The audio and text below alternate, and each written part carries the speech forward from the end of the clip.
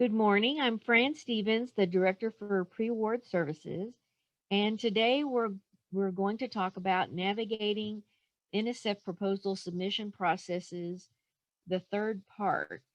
So just so you know, this is a three-part presentation. We broke it up so it wouldn't take as much time in one setting.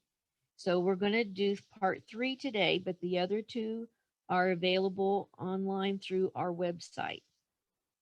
So today we're going to talk about after you've done a proposal submission to NSF, whether you're using Fastlane or research.gov, the other actions that you can take related to your proposal, the review process at NSF, and some extra notes. So one of the things that you can do is call the proposal update action.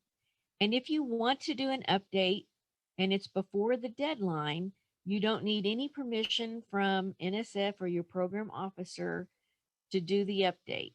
And they're usually automatically accepted, which means the program officer doesn't have to go in and manually say, yes, it's okay. It's automatically going to be merged with your submission. After the deadline, though, you have to get permission from the program officer to do an update action. But the program officers usually allow those on almost all the sections of a proposal as long as you ask them as soon as possible after submission and they haven't started pulling proposals for a review panel to look at. Some of the things that you're looking at for an update action would be like minor corrections. Maybe you saw a typo someplace or you want to replace a supporting document.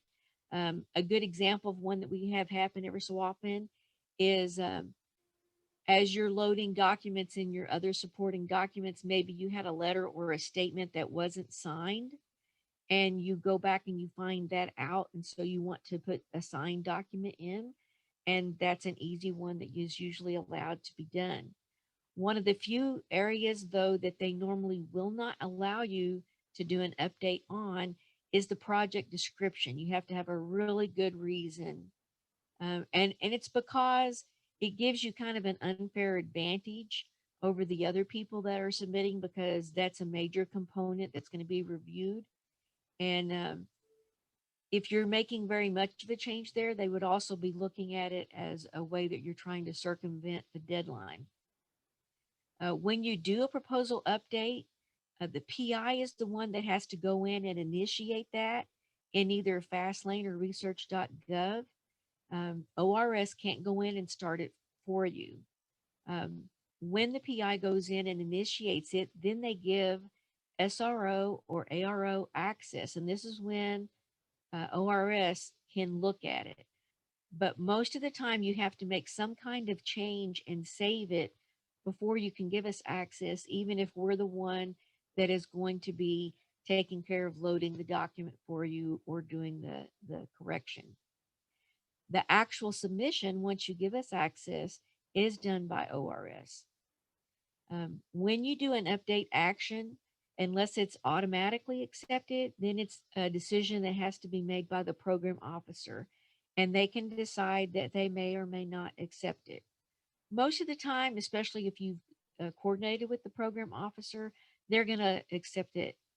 And if it's after the deadline date, you won't be able to make an update action in most instances because the program officer has to go in and allow you access to that proposal to do the update. I will note that one major area in your proposal that cannot be changed with an update action is the budget or a budget justification. Those can be updated, but you have to use the revision function to take care of that. So revisions are usually done at the request of the program officer. They can be done soon after submission if you see something that's wrong. Maybe something was left out of a budget justification or something was wrong in the budget. You can do a revision soon after submission, but most normally you'll never do one unless the program officer is asking you to. And these are usually done when they've asked you to make changes as a step in possible award action. Um, and it's not uncommon that if you're being considered of award, they might come down and ask you to do both a budget revision and an update because they want you to change something in a non budget area and they also want you to change something in the budget area. A revision action has to be initiated by the PI and you have to give access to the SRO, ARO, that's ORS, and like the updates, you have to make some type of change and save it before it will allow you to do the access action. The actual submission into um, NSF is done by ORS. Many times when you do these revisions, it's going to be because of a budget cut. And depending on the amount of the cut or the increase, it could require rerouting if it's more than a 10% change. Um, One thing we also want to make sure that you consider is if the budget is being substantially cut, think about how you're going to modify or reduce the work that's being done. Um, you have to do a budget impact statement that explains how that cut affected you. And most of the time, the program officers are going to expect that you're going to do something to reduce your scope or change your objectives in some manner. They realize that you can't do the same amount of work for a reduced amount of funds in most instances. Now, some PIs will go in and they'll essentially cost share or absorb part of the work from that cut. If you're going to do that, you want to make sure that you state that clearly, but try not to quantify it so that you don't violate the cost share policies. And you want to be careful doing that. Um, you don't want to stay silent on it because if you stay silent and you just say, this budget cut's fine, I'll take a reduction of $100,000 and I'll still make sure and give you all of the objectives that were originally promised. Well, then does that mean that you lied about the budget the first time and you overinflated everything? And you really have all the money that you need to do the original work that was proposed? It kind of raises that question. So if you are still going to try and meet all the objectives, then explain how you think you're going to make that happen with the budget reduction. The third after submission action that can be taken is a withdrawal. And a withdrawal can be done at the request of either the program officer, the PI, or by ORS.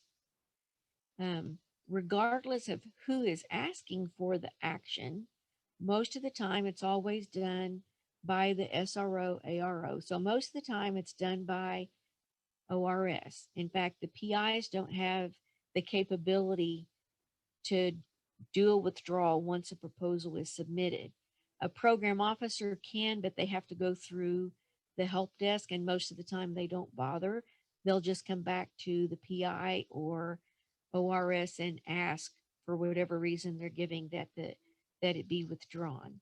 And most of the time that doesn't happen. It's usually an instance where maybe you received funding and the program officer has talked it over with you and you both have come to a decision that maybe you shouldn't be participating in a new proposal consideration because of an award that's getting ready to be issued or that has just been accepted.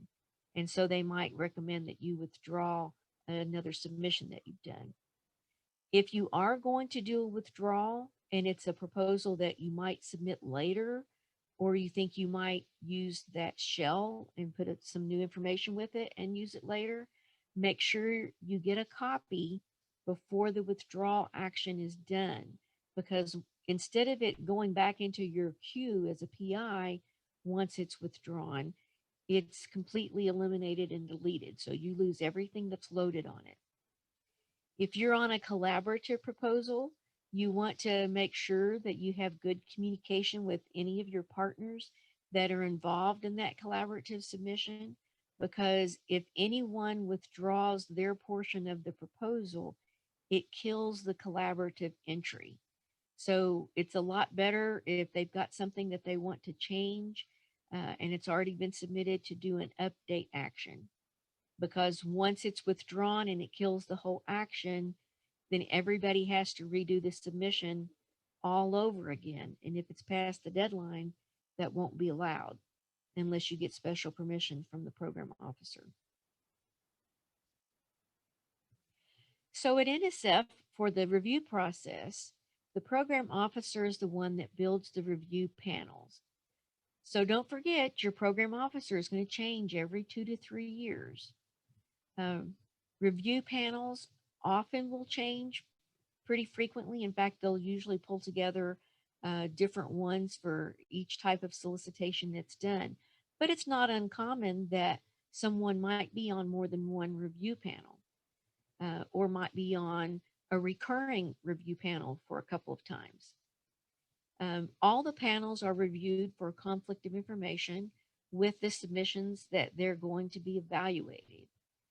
Nearly every proposal that's submitted for NSF is evaluated by a minimum of 3 independent reviewers.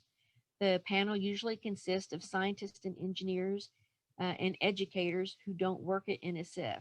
They can also have people who come in from the public um, who are just interested in learning the process or learning more about different science that's going on volunteer to be a reviewer.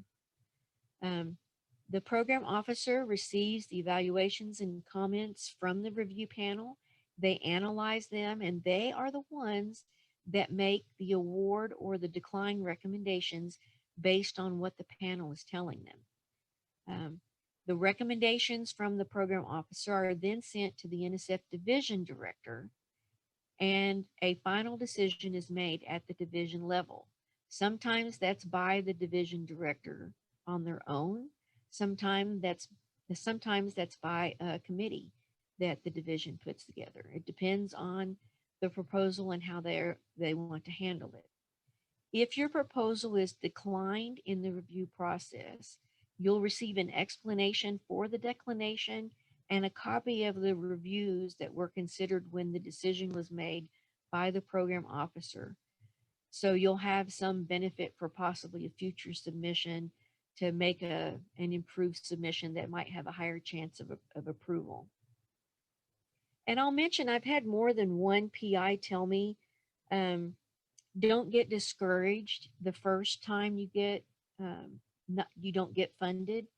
In fact, don't give up until the second or third time and try to do a major overhaul, because sometimes it takes you learning what's going on with the comments and how to phrase things to meet what the reviewers are looking at to be selected for an award.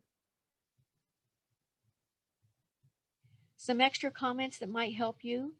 NSF normally puts out their announcements for a solicitation about 90 days before a deadline. Now, for most PIs, 90 days to write your proposal and get all of your documents together is not going to be sufficient. So you need to be involved in and active in looking at what's going on with the division that you're going to submit to and start to learn what their cycles are and watch the information that they put out. Many times on the listserv for division, they'll give a heads up that a certain area of interest is being looked at or that an announcement might be hitting the street pretty soon.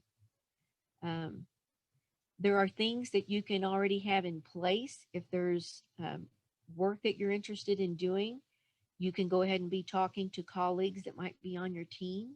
You can go ahead and be working on your facilities and your biosketch and your current pending, your collaborators files, so that the main things that you have left to work on when the announcement actually comes out is to work on the summary and the project description to tool the science of what you're interested in doing to coincide with the type of work that is being solicited from NSF. When a proposal is submitted to NSF, they normally take about 6 months to do the review. It can take longer, especially if it's a particularly large or complex proposal, or if they have a really high number of submissions. Um, and it may take less time too. If it's a really high interest proposal, or if it's a special program related to event funding, for example, um, a conference proposal or a rapid proposal that's being submitted because of some natural disaster, and you've only got a week or two to go in and collect data or do the research that's related to that disaster, those usually are approved within 3 days to a week. Um, so be aware of that. A program officer may request additional information from a PI during the review, before the review, and after the review. So if you get an email from your program officer, make sure you read it closely to see if they give you a time frame for when they want the response back. It is not uncommon that they will usually give about a 3 day to a week window for when they want information. If it's something that's being requested either prior to a review panel or during a review panel. Um, if you miss that deadline, then you probably won't be reviewed, or there might be a negative impact on what happens with the review. It's very unlikely that they're going to hold up the evaluation of the whole review panel for you to submit your information after they've asked for it past the deadline. A PI may contact, a program officer may contact a PI or the organization like ORS and say that they have an intent to award, or they may say that they are asking you for a revision with intent to award. Um, this is not a notification of award. So don't go out and do any spending. They're just telling you that you're getting favorable consideration and they want you to do something in relationship to that. Most normally it's a budget revision, or they want some component of the proposal updated. When the program officer is given, when the program officer makes the intent to award list, and they get all of the things that they want everybody to do taken care of. So, like your budget revisions are done, they take that list and they give it to the head of the Division of Grants and Awards. And the DGA usually makes a decision to either award or not award 30 days after they get that list from the program officer. So, this is kind of a picture of what the whole process looks like for NSF. So from the time the opportunity is announced and the programs are submitted and received is usually about 90 days. Then it goes into the cycle where the review panels are going to be established. The review happens. The program officer makes their award and decline list. They send their recommendation for award to the division director. The division director makes their selections. Then the division director sends their list back to the program officer, who sends it to the grants management office for the business review. And this is the grants management office at NSF.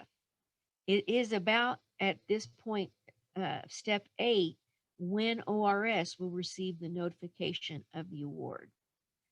Um, then negotiation takes place. All the paperwork is done between NSF and ORS, and your award is processed and set up internally here at OU. And it's either when that account is set up or when you make arrangements for spending prior to the award account being set up that you can start working on the, the proposed project. Um, It is not uncommon for there to be anywhere from 30 days to 3 or more months from the time frame that you might receive an intent to award action notice from a program officer, or a program officer might send you an email and say, congratulations, you're going to be funded. They're sending you this information usually at about step 7, when the division director has come back and with their selections for who's going to be funded. But that's not when the official paperwork has been processed at NSF or sent to ORS. So some notes on collaboratives with multiple organizations, because we get a lot of questions about those.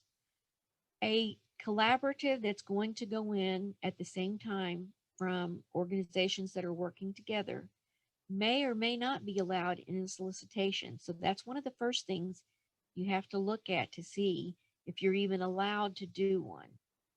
When you opt to do a collaborative for multiple organizations, the funds for each organization that's involved in this are given to each organization separately. There are advantages and disadvantages to this. One of the advantages is that if the funds are given to each one individually, you don't have a subcontract arrangement. So subcontract paperwork isn't needed, and there isn't the charge of IDC on the first $25,000 of this subcontract, which is um, like for the administrative expenses for OU to manage those subcontracts over the life of the proposal. One of the disadvantages, though, is that if there becomes an issue between you and one of the other uh, organizations that are involved, you can't hold up payment or anything on the funds as resolving the issue or making sure the objectives are being met, because you have no control over their funds. The funds are all split and go to each organization. So when you're doing a collaborative like this, one organization is the lead, and all the other organizations are linked to that lead. And only the lead organization loads the summary, the description, the references, the data management plan, the postdoc mentoring plan, and the other supporting docs, unless the other supporting docs are specific to the non lead organization. Um, I will note that for both the data management plan and the postdoc mentoring plan, um, even if there's differences between the organizations, um, the lead is the only one that loads these documents. And so you have to merge them together. So, for example, let's say that OU is the lead and the non-lead is Oklahoma State University, and you also have Texas A&M as a non-lead. And both Texas A&M and OSU have a postdoc involved in their portions of the proposal, but OU doesn't. OU would still load a postdoc mentoring plan, even though they don't have a postdoc, because we're responsible for loading the postdoc plan for the whole proposal. And because you've got postdocs at both of the collaborating organizations, you don't get permission to have extra pages. So someone has to take the two different postdoc mentoring plans and merge them into one so that you don't exceed the page limit in this area. Um, for all of the organizations that are in the collaborative, both the lead and the non-lead, each one will load their own budget and justification, their own bio sketches for the people that are on their team, their own current and pending, their own collaborators and other facilitators, and their own facilities. And if they've got something specific to what they're doing that needs a supporting document loaded, then they might load that. So an example might be, let's say, back to our original, um, your non-lead collaborative at Oklahoma State needs an equipment item.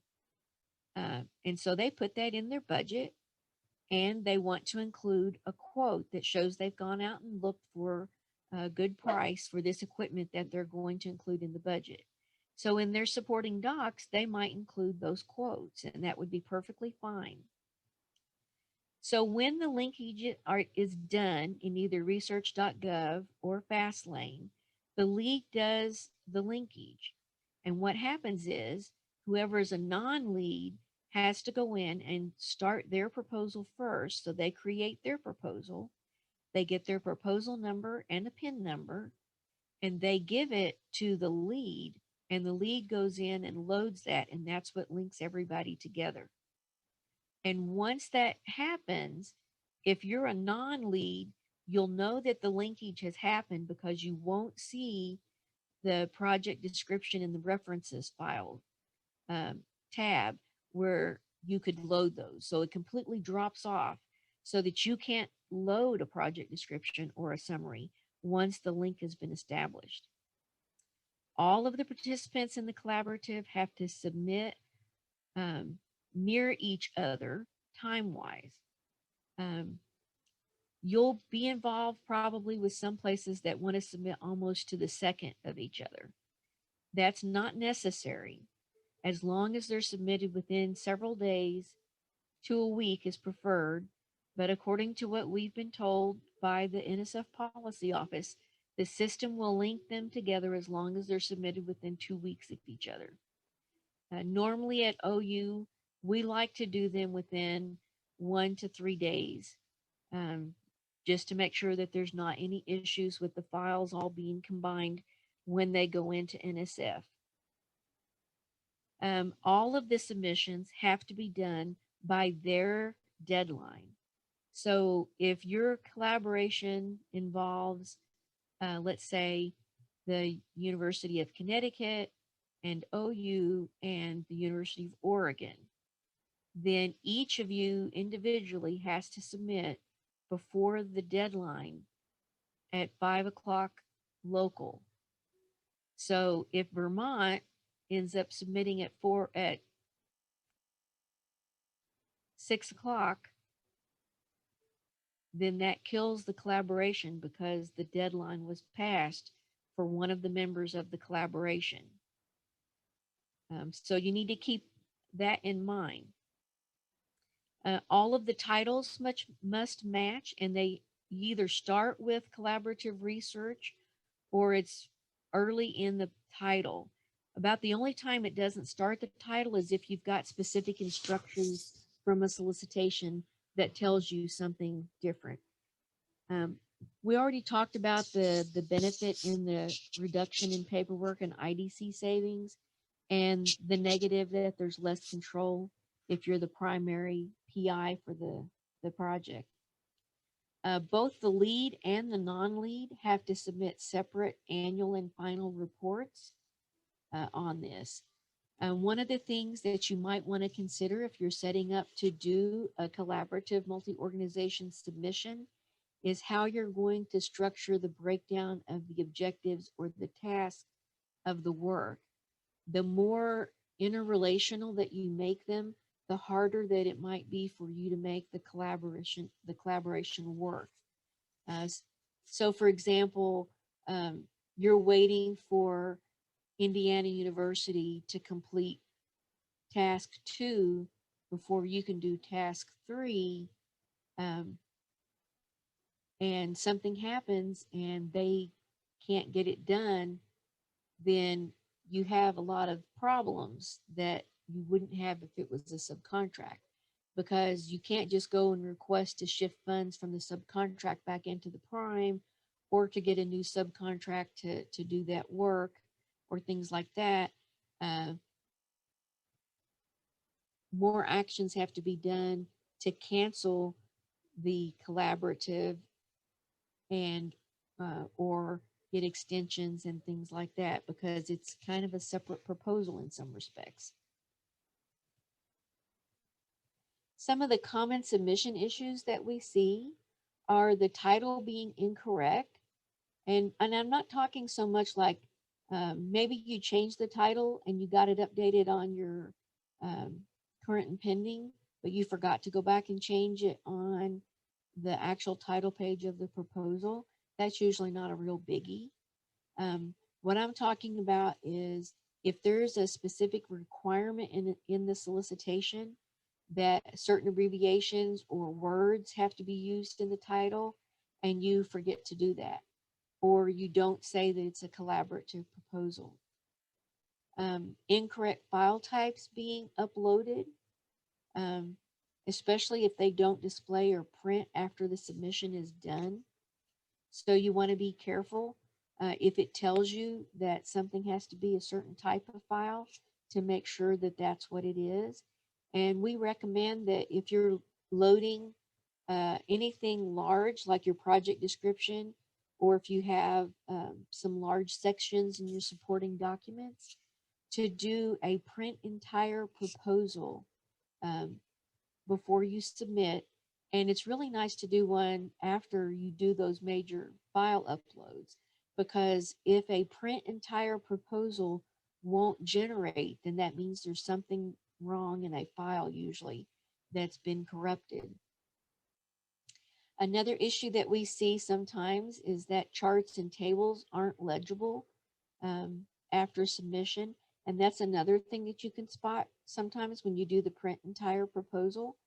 And while you can use smaller um, font in charts and tables, you want to be careful and not get so small that they're not really legible or readable by the reviewers. Um, we also see issues with the most current guidelines not being followed as the proposal is being developed, either the general guidelines or specific guidelines. So make sure you have a current copy. And even if you have pulled one a few months ago, it doesn't hurt to do a final check a week or two before you do the submission to make sure that there hasn't been any type of updates or replacements that have been issued. Don't assume that your past knowledge of how things were done in doing an NSF submission are going to work for the current submission that you're working on. There have been a lot of changes lately, so you want to make sure that you read the general guidelines along with the specific guidelines. Um, some solicitations require that you submit a file or a PPT right after the submission takes place.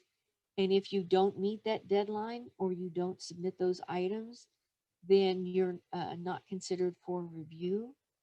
Um, some submissions require supplemental information, like environmental impact, and sometimes you'll be told to put those in single copy document attachments.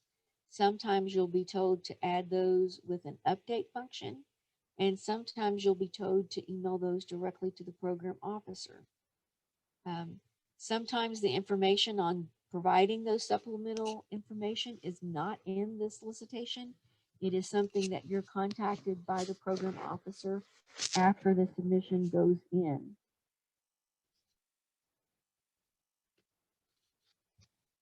If you have questions about the solicitation or especially about general instructions, we recommend that you ask ORS first. Someone else might have asked the same submission, the same question, or we might know what the answer is based on a similar type of question that was asked by someone else. Uh, if you still have the question or ORS can't resolve it, then the first person you should go to is the point of contacts that are listed in the solicitation.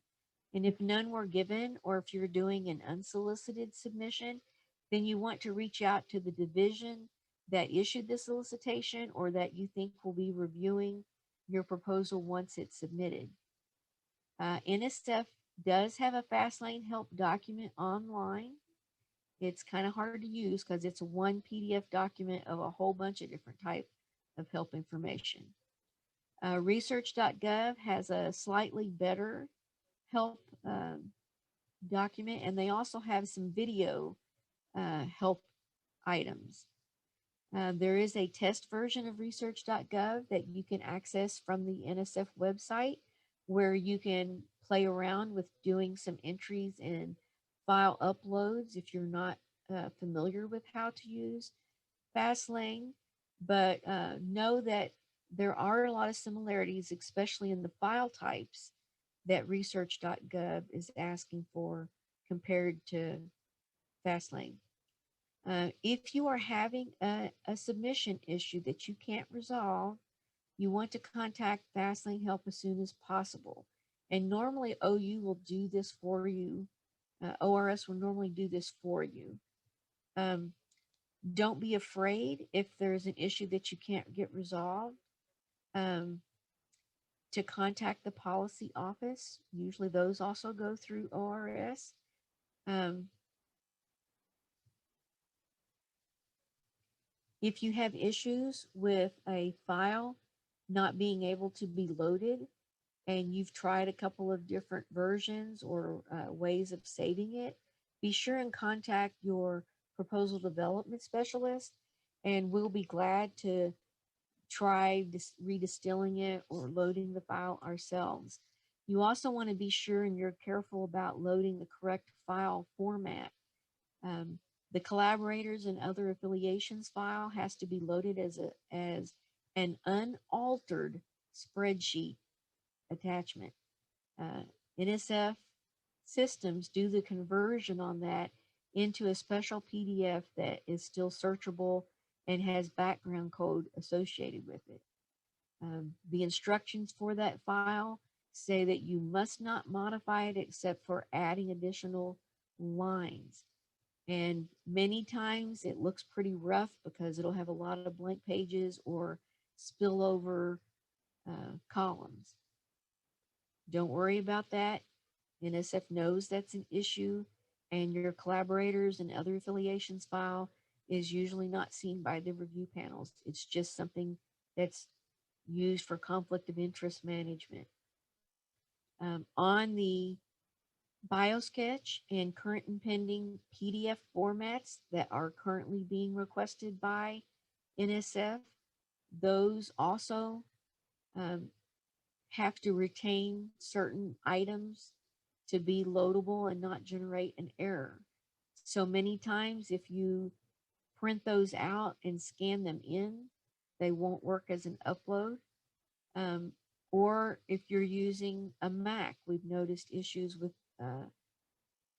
them not saving correctly to generate a file that can be uploaded. So takeaways from this section are, if you're a PI, ask to be on a review panel.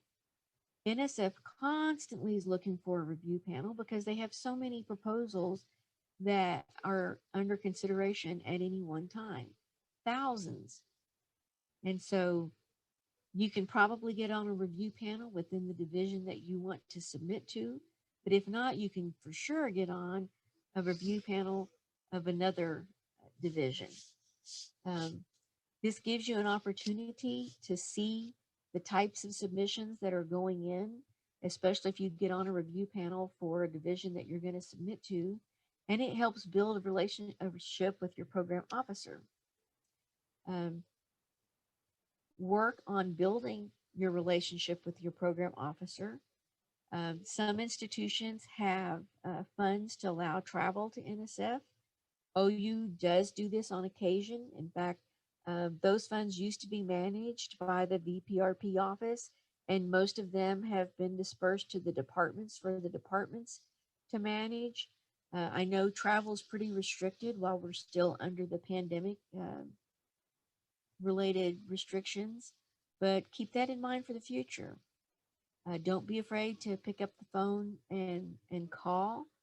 Um, Send a one pager on your research to the program officer and ask them if that is something that they think that their division would be interested in. I've heard of many PIs that have heard back from their program officers with tips, information on possible solicitations to submit to, that the submission that they're considering making is encouraged to go towards a specific solicitation, or maybe it didn't quite match and the program officer is going to refer you to a different division or a different program officer. Um, so do the one pager and find out where your work needs to go. Um, the program officers at NSF change on a regular basis. You need to be aware of when your program officers are going to change, because that's when you need to start building the relationship with the new program officer. And it's not uncommon to see a shift in funding focus when the program officers change. So if you know that if you know that the change is coming up, you can be alert to watch for what those changes that are coming might be. Another thing to keep in mind is if you ask a question to a program officer, especially if they're new, and you get a strange instruction, uh, it could be wrong because they have to learn all of this stuff too. And if they haven't done a lot of proposals prior to being a program officer, or if there were major changes between the last time they did one and the time that they became a program officer, then they could tell you something wrong. And when that happens, um, ORS has no problem helping you go back and make sure that the program officer is aware that they've given wrong information without causing an issue. We'll be very politically correct. There is a proposal checklist in the general instructions, um, the PAPPG.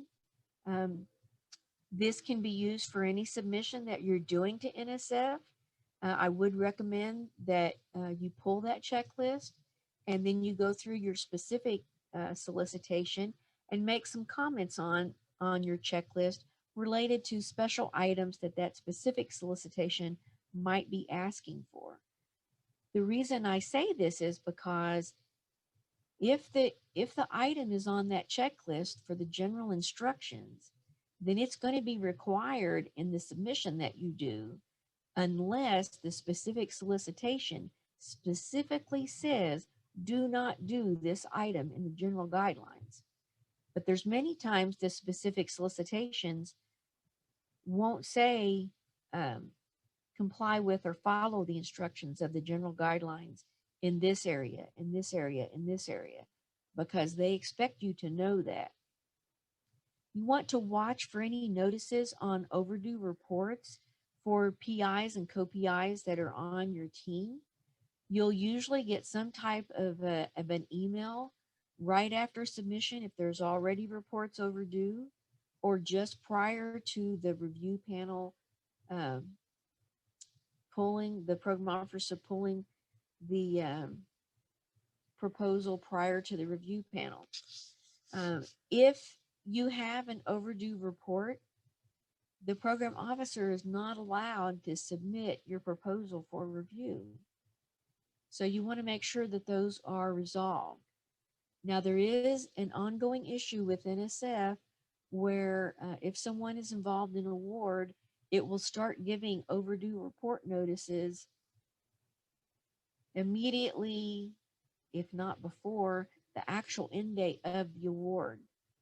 Um, so if you see that that has happened with you or one of your team members, be aware that while NSF knows that this is happening, it doesn't hurt to contact the program officer and make sure that the program officer uh, is aware of that too. And that is all we have for this presentation. Glad that you attended, and if you have any questions, you're free to contact the Office of Research Services through RIS at ou.edu.